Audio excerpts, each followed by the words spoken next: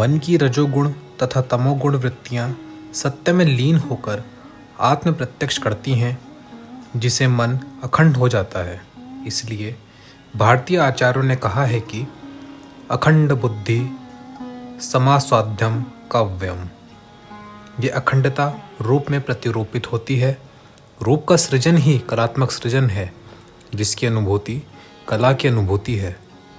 कलाकार रूप का स्थूल माध्यमों में लय के चमत्कार द्वारा सृजन करता है, जिसके श्रेष्ठ उदाहरण नटराज, कोणार्क आदि मूर्तियों में मिलते हैं।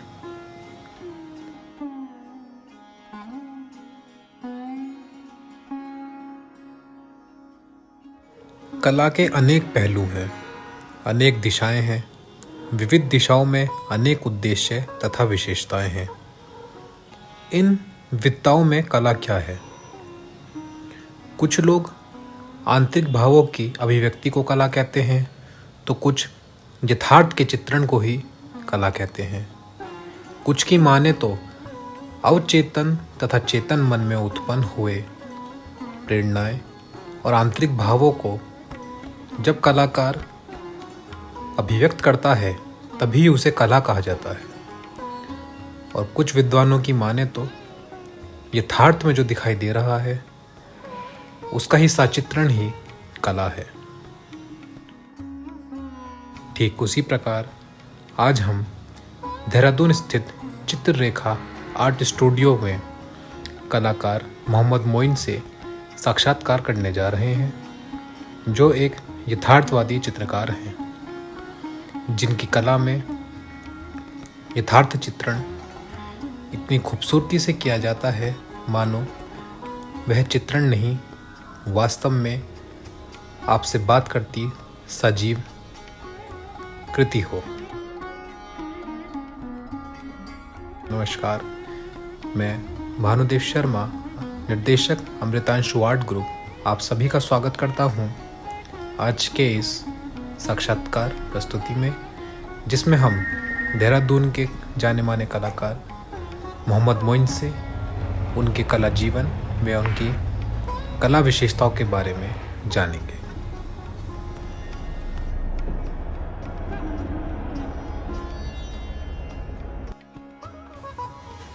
नमस्कार सर, मैं doctor Om Prakash Mishra, Amritanshu art group में के साक्षात्कार कार्यक्रम में आपका स्वागत करता हूँ। सबसे पहले तो आपकी कला साधना के लिए आपको बहुत बहुत बधाई है कि विगत कई वर्षों से आप कला साधना कर रहे हैं और उसमें एक अच्छा मुकाम हासिल है। उत्तराखंड देहरादून में आपका, तो पुनः आपका स्वागत। सबसे पहले तो आपके व्यक्तिगत जीवन, यानी जब आप कहाँ पैदा हुए, कैसे कहाँ कैसे शिक्षा प्राप्त की, आपके गुरु कौन थे, इसके बारे में जरा हमें बताएं। मुझे मोहम्मद मोइन कहते हैं जी, और मैं देहरादून में ही जन्मा जी। मूल निवासी जो देखा जाए तो मैं देहरादून का ही हूँ, उत्तराखंड का। और कला का बारे में अगर हम विचार करें, सोचें, तो 8th क्लास से मुझे कला का शौक़ शुरू हुआ। और 8th क्लास में जो हमारे गुरुजी थे, बुद्धि नाम था उनका जी, तो वो बड़े प्यारे प्यारे चित्र हमारे सामने बना के रखते थे। तो वहीं से कला का शुरू हुआ और इस तरीके से चलते चलते जो कह सकते हैं कि 8th क्लास में जब मैं था और आर्ट का जब शौक़ मेरे अंदर उत्पन्न हुआ, और करते करते मैंने क्या किया कि स्कूल से डब मारना शुरू कर दिया। और ये बहुत अच्छा कह सकता हूँ कि मेरे साथ हुआ कि मैं डब मार के सिनेमा हॉल नहीं गया, मार्केट में नहीं घूमा। मैं जो देहरादून में आर्टिस्ट थे, पेंटिंग्स बनाते थे, एक प्रभात सिनेमा है चकलोता रोड पे, उसी के नीचे एक चमन आर्ट स्टूडियो था। तो वहाँ पे भवन बनते थे, हनुमान जी पूरा पहाड़ उठा करके ले जा रहे हैं। तो आजकल तो खैर भवन देखने को भी नहीं मिलते, लुप्त हो गए, वो जागरण वगैरह में चलते थे पहले। तो उनको मैं देखता रहता था बैठा, मुझे बड़ा आनंद आता था। तो करते करते करते क्या हुआ कि 1 महीना हो गया मैं स्कूल नहीं गया, वहीं बैठने लग गया। मेरे पिताजी के पास लेटर गया कि भाई आपका लड़का नहीं आ रहा है। तो जब मैं घर स्कूल के टाइम पे मैं घर पहुंच जाता था छुट्टी के टाइम पे, तो हाँ भाई कहाँ है? अभी मैं तो स्कूल से आ रहा हूँ। अच्छा बेटे, सच ही बता कहाँ से आ रहा है तू? तो फिर उन्हें पता लगा कि भाई ये फला जगह बैठता है। तो उनके एक जानकार थे हमारे पिताजी के चित्र कुटीर वाले जो थे गुरुजी देवी सिंह। तो उन्होंने कहा बेटे मुझे लगता है कि मुझे पढ़ाई तो करनी नहीं है, कि मैं एक काम करता हूँ कि उनकी शरण में छोड़ देता हूँ। तो जो हमारे गुरुजी रहे हैं वो उत्तराखंड रत्न भी रहे जी। उस समय उत्तराखंड तो नहीं बना था, जबकि मैं बात बता रहा हूँ सन 94-96 की। कह सकते हैं कि उत्तर प्रदेश रत्न भी वो रहे जो गुरु जी थे। तो उनके यहाँ मैंने 4 साल शागिर्दी करी उनकी। फिर उसके बाद हमारे जो गुरुजी हैं उमेश शर्मा जी, रूपरेखा आर्ट स्कूल वाले, जहाँ चक्रवर्ती रोड पे इनका स्टूडियो था जी, रूपरेखा आर्ट स्कूल के नाम से 4 साल 5 साल मैंने उनकी यहाँ शागिर्दी करी। बस इस तरीके से मैंने कला में चलता है। बहुत सुंदर। तो कला की साधना करते करते और जो आपके गुरुजी रहे, दोनों के संरक्षण में आपने सारी चीजें सीखी।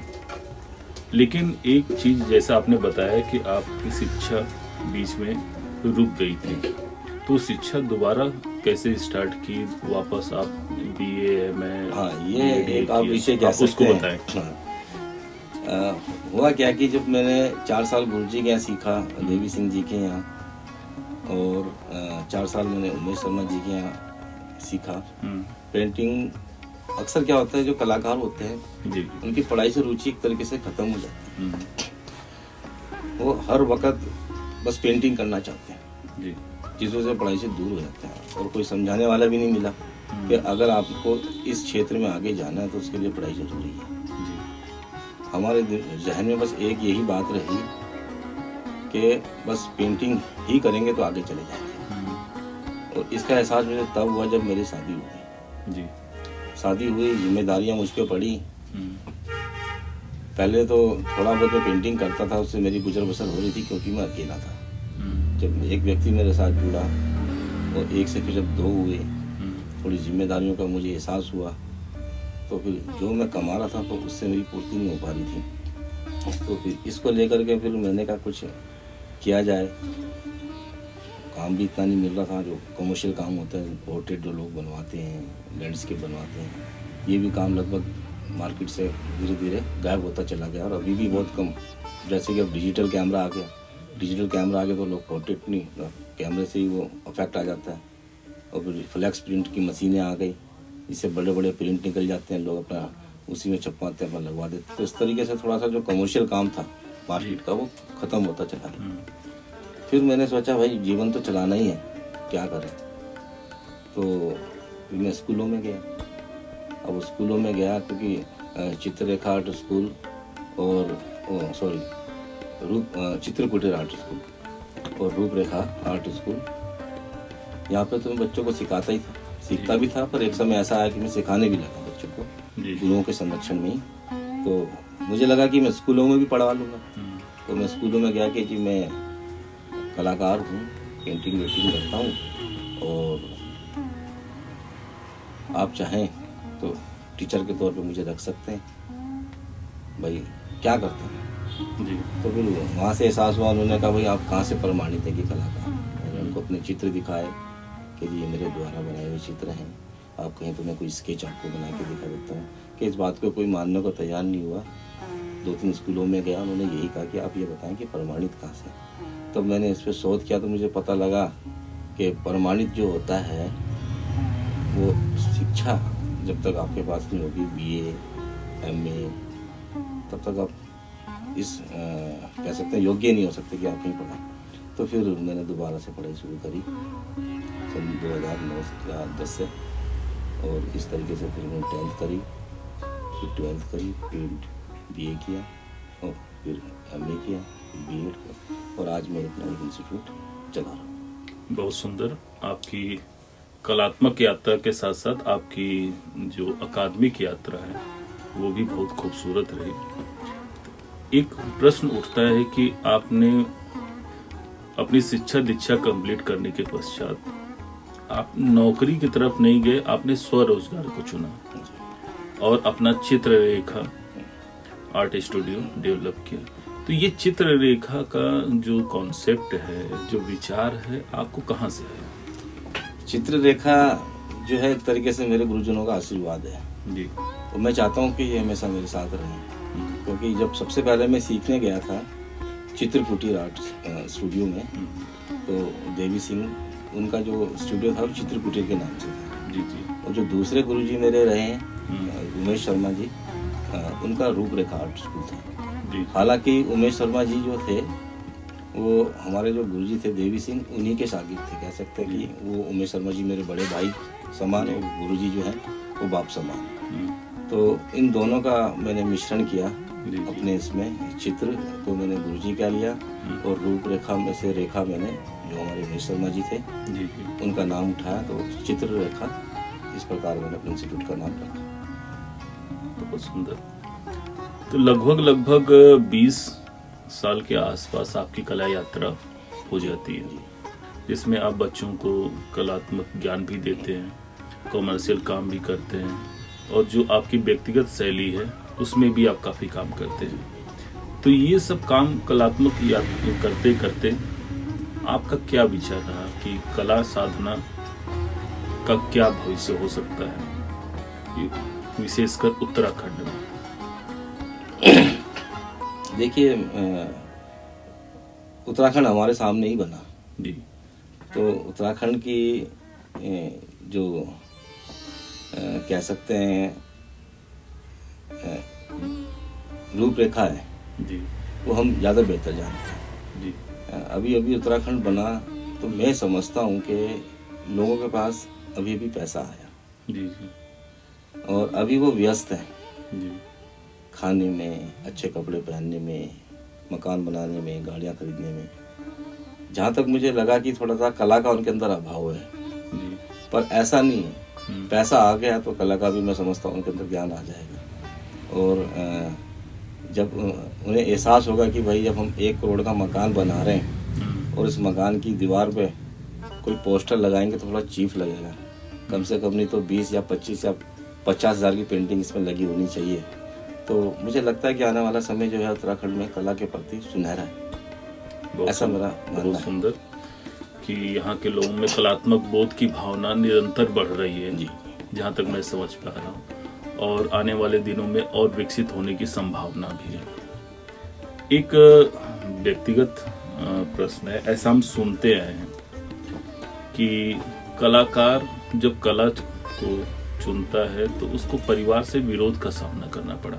जी जी। ऐसा सामान्य रूप से हम हर कलाकार के जीवन में सुनते हैं, तो क्या ऐसा कुछ आपके जीवन में भी रहा? बिल्कुल हुआ। आपने देखिए, मैं जिस समाज से आता हूँ जी हमारे यहाँ तो कह सकते हैं कि कला को बिल्कुल ही एक ऐसे देखा गया है जैसे कि किसी शराबी को। ये मेरा मानना है, मेरा समझना है। ऐसे कि यानी इस्लाम में जो है कला को मान्यता नहीं, वो मान्यता नहीं है। जी, जी। कैलीग्राफी कह सकते हैं कि इस्लाम में चलती है, पर कला को वो मान्यता नहीं है। और मैंने कई जगहों पे इसका एहसास भी किया। तो मैंने सोचा कि भाई ऐसा इस्लाम में क्यों उन्होंने कला को क्यों एक तरीके से पूर्णतः कहा कि भाई इसको हराम है, कह सकते हैं कि ये सब तो खैर नहीं मिला कहीं, पर ये मैं अपनी तरफ से आपको कह सकता हूँ कि मुझे शब्द नहीं मिल रहा, एक तरीके से हराम है। तो उस पर मैंने विचार करा कि भाई ऐसा क्यों है, क्या है, क्या कारण है। तो कई जगहों पे क्या होता है कि कला एक तरीके का ना ऐब है। जैसे कोई शराब पीता है, उसको शराब पीने में मजा आता है, कोई घूमता है उसको घूमने में मजा आता है, ऐसे ही आर्टिस्ट को पेंटिंग बनाने में मजा आता है। अब होता क्या है कि वो पेंटिंग करते करते करते अपनी सामाजिक जो जिम्मेदारियां होती हैं उससे दूर चला जाता है, कहीं ना कहीं उसका हनन हो रहा होता है, उसको नहीं समझ पाता। तो मैं समझ सकता हूँ कि हो सकता है इन चीज़ों को देख करके इस पे विराम लगाया हूँ कि भाई आपके पीछे जो जिम्मेदारियां हैं, जो लोग जुड़े हुए हैं, आप उन पर भी ध्यान दें। बाकी अदरवाइज कला एक जीवन को खूबसूरत बनाती है। बहुत सुंदर, आपका विचार बड़ा सुंदर है और आपकी कम्युनिटी के जो और लोग भी इस विचार को सुनेंगे तो शायद उससे प्रभावित होंगे और प्रेरणा लेके कला में कुछ और बेहतर भी कर पाएंगे। एक अंतिम प्रश्न है कि आपने भिन्न भिन्न शैलियों में भिन्न भिन्न तरीके के काम किए, स्व शैली में भी काम किया, व्यावसायिक रूप से भी काम किया, बच्चों को पढ़ाते भी हैं, तो आपकी दृष्टि में कला क्या है और भविष्य में कला का क्या भविष्य हो सकता है, इस पे जरा अपने विचार दें। वैसे सही बताऊं सर, अभी इस पे मैं सोच ही रहा था जी। एक दिन, ये विचार मेरे अंदर चल ही रहा था। अब तो सही बताऊं, मुझे अभी तक कला करने का मौका नहीं मिला कभी। मैं अपनी बात आपको बताऊं, हुआ क्या मेरे साथ में, जब भी कभी सोचता हूं कि मैं अपनी मन की पेंटिंगें बनाऊं, अपनी इच्छा से पेंटिंगें बनाऊंगा जिसमें किसी का कोई हस्तक्षेप ना हो, किसी का कोई दखल ना हो, बस मेरी ही सोच हो, मेरी ही थॉट हो, मेरी ही रंग योजना हो। इसी बीच कोई ना कोई काम कमर्शियल मेरे पास आ जाता है। तो मैंने पाया जी कि अभी तक जो मैं पेंटिंग्स कर रहा हूँ वो दूसरों के लिए कर रहा हूँ और करता रहूँगा, ऐसा नहीं है, जब तक लोग खुश होते रहेंगे। किसी ने मुझसे लैंडस्केप मांगा तो उसको लैंडस्केप बना के दे दिया, किसी ने पोर्ट्रेट मांगा तो उसको पोर्ट्रेट बना के दे दिया, किसी ने फ्लावर्स मांगे तो उसको फ्लावर्स बना के दे दिए, किसी ने कहा भाई हमें मिनिएचर चाहिए और मिनिएचर जो है बड़े स्तर पे चाहिए तो उसको बना करके दे दिया। तो इस तरीके से करते करते करते क्या हुआ कि मैं अपनी कला से दूर हो गया। बहरहाल जो है कला कह सकते हैं कि एक अपने आप में जीवन को एक बेहतर जीने का माध्यम। जो आजकल बच्चे कई तकनीकों का प्रयोग कर रहे हैं और कला के क्षेत्र में अभी आगाज ही कर रहे हैं, उनके लिए कुछ आपका संदेश।